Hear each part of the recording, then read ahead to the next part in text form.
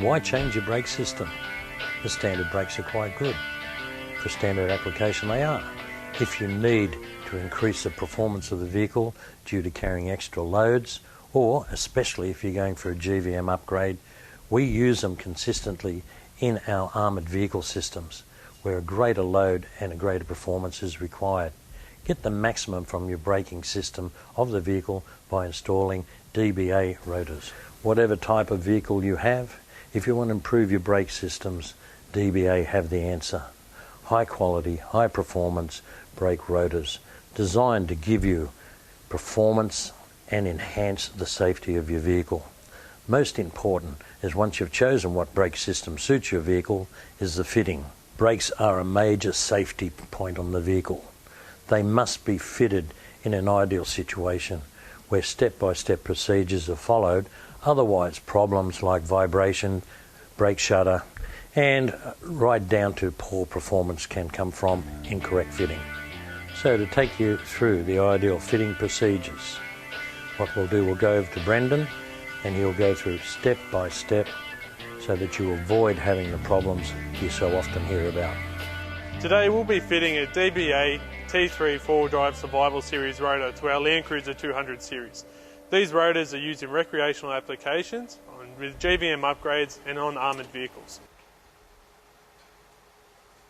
When installing new disc pads and rotors to a motor vehicle, it is important that a couple of checks are done on the vehicle beforehand. These include test driving the vehicle, checking for movement in the front end, and correct preparation of the disc rotor itself and the original hub surfaces.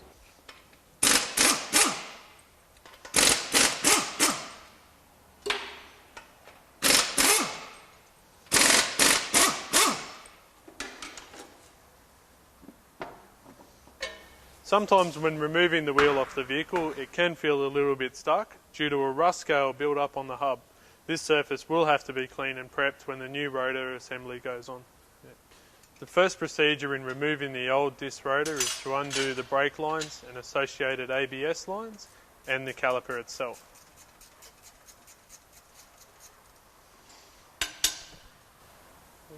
Most modern calipers are held on by 2 bolts at the rear of the caliper.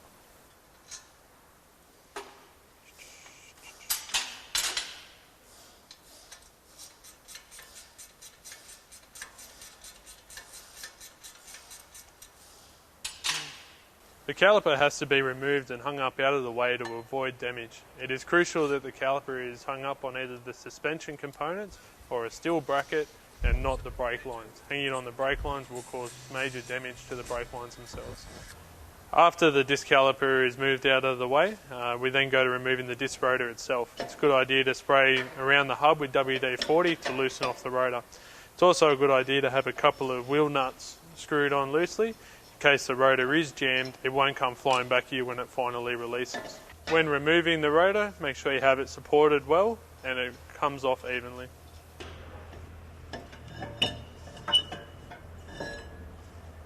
When putting any rotor down, always put it with the hub face down and never the disc face down. As you can see, once the disc rotor has been removed, there is actually quite a bit of a rust build up around the mounting plate and the hub surface itself. This area has to be cleaned meticulously before any rotor is fitted to the vehicle. We will also have to check the hub run out, but it's a good idea to clean the surface first so you get a good readout. Just use embry paper or wet stone to clean the hub, and you can also use a WD-40 type material to provide lubrication for the cleaning.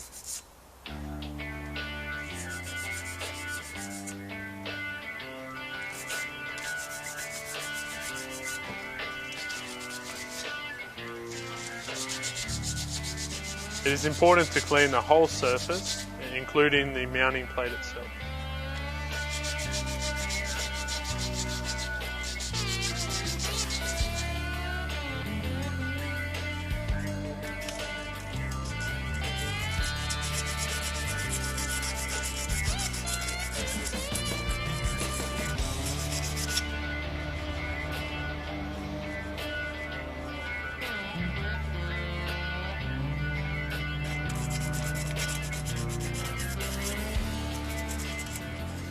When you can start to see the original machining on the hub, this is a good indication that it is clean enough.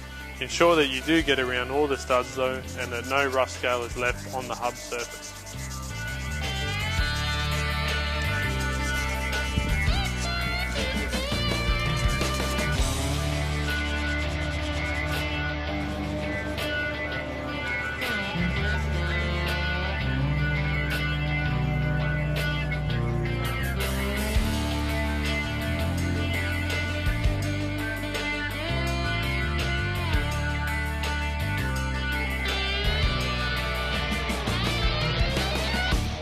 As you can see, the whole hub is now clean, so we can accurately check for hub runout.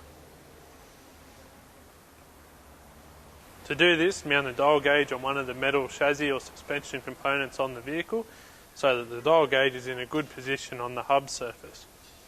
It's important to check for runout in the hub, as excessive runout on the hub surface will make excessive runout at the end of the disc. Excessive runout at the end of the disc, especially on a large rotor like this one on the 200 series, will quickly cause variable disc thickness and reduce the life of the rotor. Now that the hub has been properly prepared, we can now move on to fitting the rotor. But before the rotor is fitted, it is important that we clean it. Even though this is a brand new rotor, it is imperative that the pad surface and the hub mounting surface is clean. This is to remove the rust protection material and any machining dust. It is important that the painted areas on the rotor do not come in contact with the cleaner, as the cleaner will strip the paint away from that part.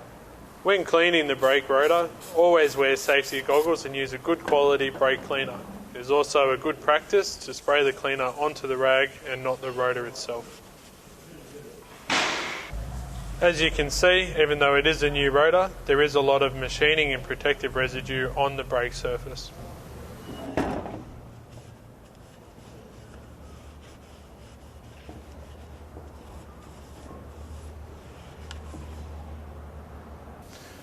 It is important to never lay a rotor face down on a machine surface, as this can scratch the machine surface.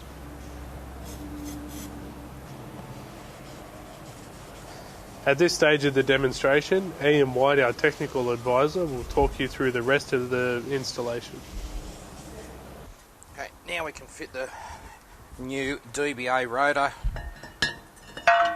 carefully up to the hub of the 200 series we're working on. Just make sure it's located correctly on the hub. Now the reason we're putting these wheel nuts on in a triangular fashion is to keep the hub and the rotor centralised so we can do a dial gauge check.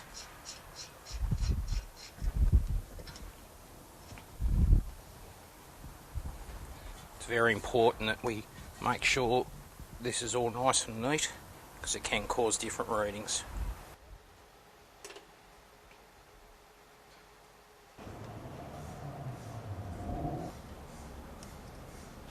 Just got to recheck on the new DBA brake rotor that's fitted on that there's not exceeding any runouts within manufacturer's specification.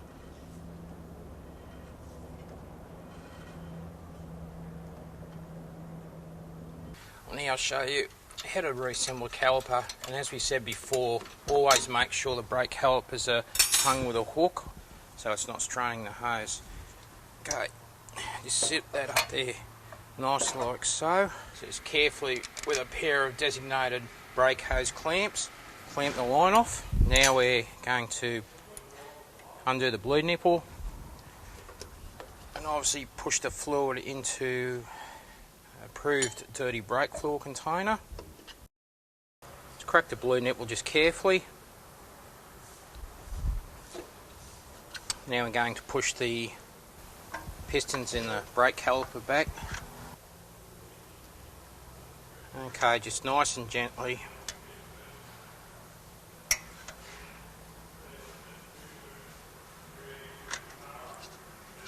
Okay, there's push back. The main thing is just to push them back nice and slowly.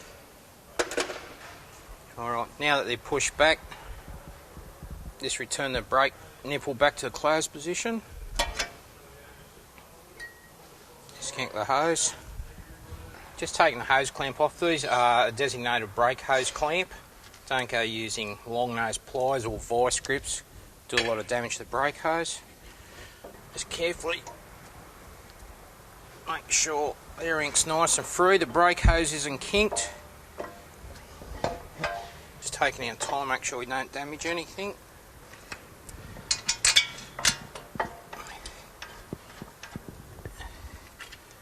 Get our caliper mounting bolts.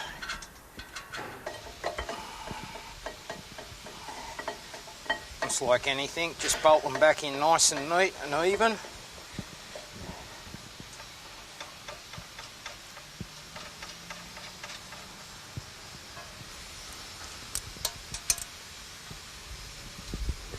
Just nip tight.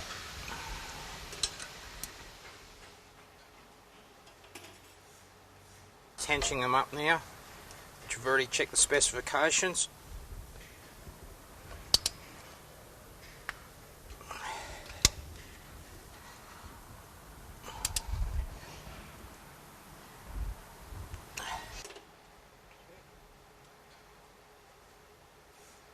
Now we're just putting all the bracketry and that back on.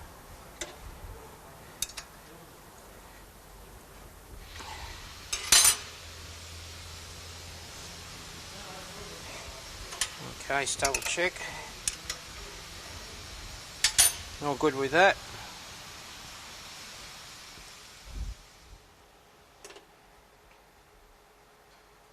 I'll just show you how to change the pads over now. So just take all your retaining clips out.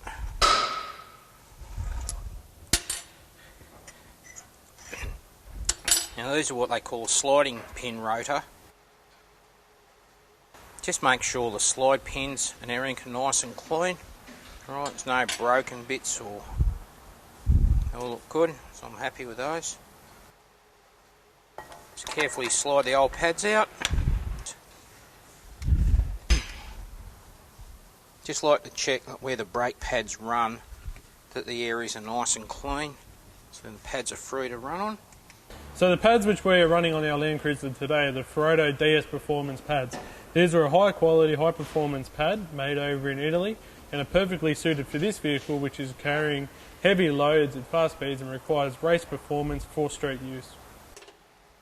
Alright, so I'll just show you to fit the new ones up. So just check, we know that these are for the front. On this particular model there's no inner or outer brake pad, they're interchangeable. Just got to check things like that before you put them up. Alright, light down on the backing plate.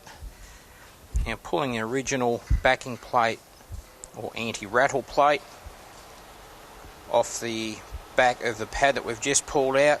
Again, just check condition. Make sure it's all nice and clean. Alright, I'm happy with that. Now fit that up.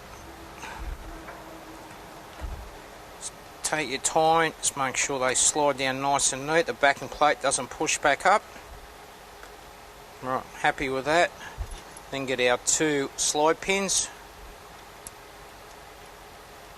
Get them through nice and neat. Okay, now they're in that far. Let's pull out the other side. Pull it out. Now I've got the outside pad in, we put the inboard pad in. Again, just make sure it's nice and clean. Right, there's nothing bent or distorted. Another one of our quality Ferodo pads out. As I said before, there's no inner and outer on this particular model, but it always should check the application.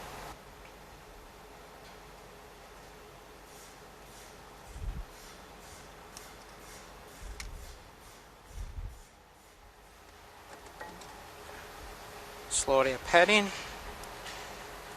Carefully push our retainers across. Put our lower retainer spring on. Just make sure that these put it back on the correct way.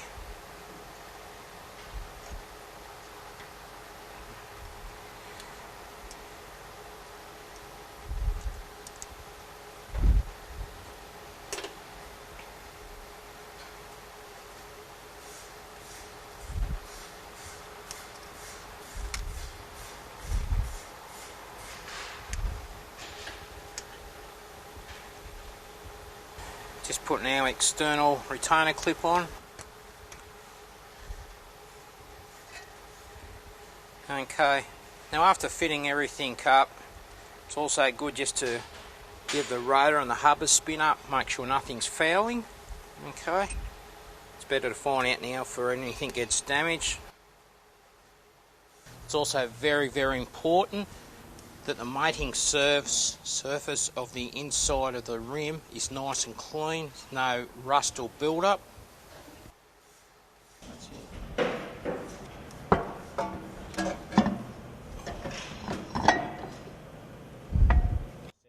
To make sure all the wheel nuts are done at the correct tension, there are tension wrenches available, but most mechanical workshops use what they call a torque stick. Look up the settings from different manufacturers, and we found out that this is the correct setting for this. Make sure we've got our safety glasses on. Still them up nice and slow. Still them up in a cross pattern. Oops.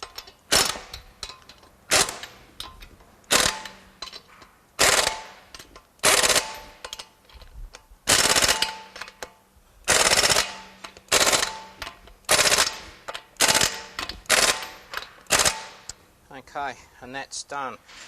Now, very important other thing, after mount the wheel back up, as I said, just gives a spin, make sure nothing's scraping. Another very important part of the job is to make sure that the brake pedal is slowly pumped back up to expand the pistons out so the pads meet the rotors.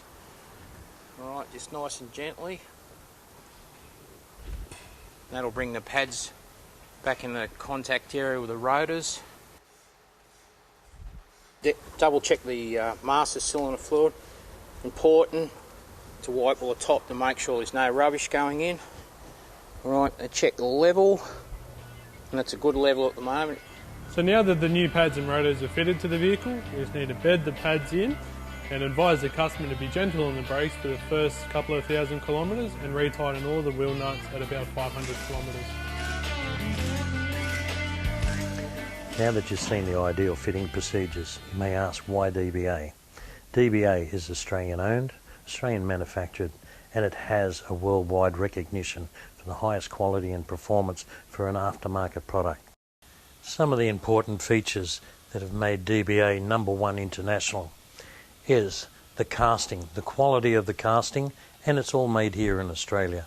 Features include DBA special high carbon XG150 cast iron with the exclusive patented design of the kangaroo paw.